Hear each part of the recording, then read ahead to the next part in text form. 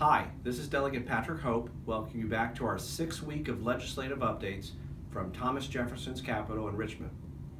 We finally reached crossover, the halfway point of the General Assembly session, when each chamber finishes its own bills and hears bills from the other chamber.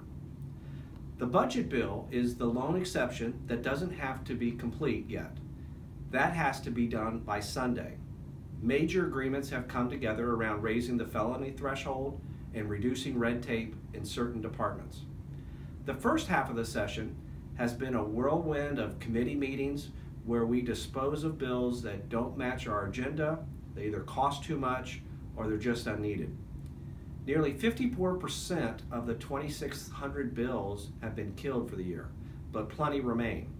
We believe we have tentative agreements around Medicaid expansion and reversing the 2015 rate freeze for Dominion Energy, two of the highest profile issues this year. First, on the Dominion bill, they asked lawmakers to adopt a reinvestment model in which the company's profits or the amounts they over-earned are used to pay for spending for modernizing the electric grid and building more renewable energy such as wind and solar power. The new system will replace the 2015 law that froze base rates and prevented regulators from issuing customer refunds, which has allowed Dominion and Appalachian Power to pocket tens of millions of dollars that would otherwise be returned to the ratepayers. I voted for the House bill this week because of the historic investments in renewable energy, modernizing our grid, protecting for cybersecurity, and the more than $200 million that's going back to ratepayers. On what I view on the most important topic of the session, however, is Medicaid expansion. Republican leaders in both chambers have signaled a willingness to work with Governor Northam and Democrats on expanding Medicaid to provide health care coverage to more low-income Virginians.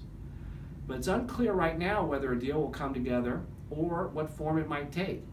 Most expect the state budget will be the mechanism for any expansion.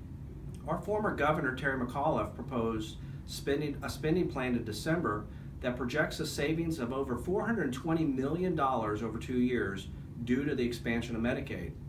We'll have to find out Sunday when the House and Senate budgets are released to find out if Medicaid expansion was included. Finally, before I leave, I want to express the strong emotions that I'm feeling now about another gun violence tragedy, this time in Florida.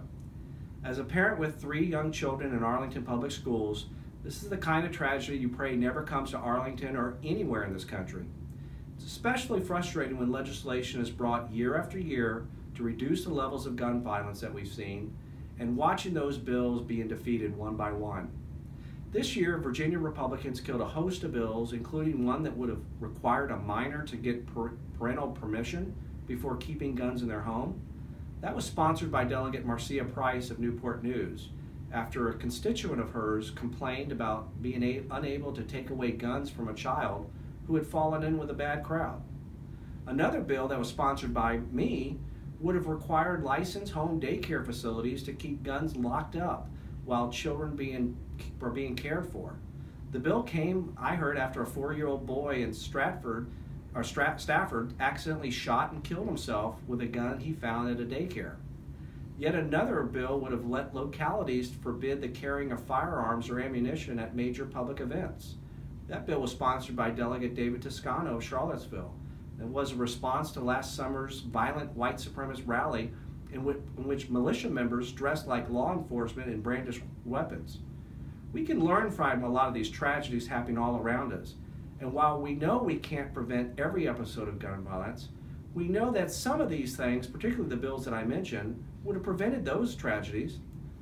Things like banning bump stocks, banning assault weapons, closing the gun show loophole would have some effect, and it's worth it to keep trying. Well, that's all the time we have for this week.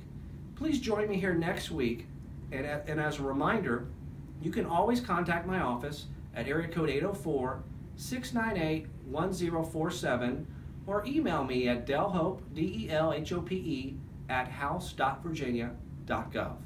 Again, thanks for watching, and we'll see you back here next week.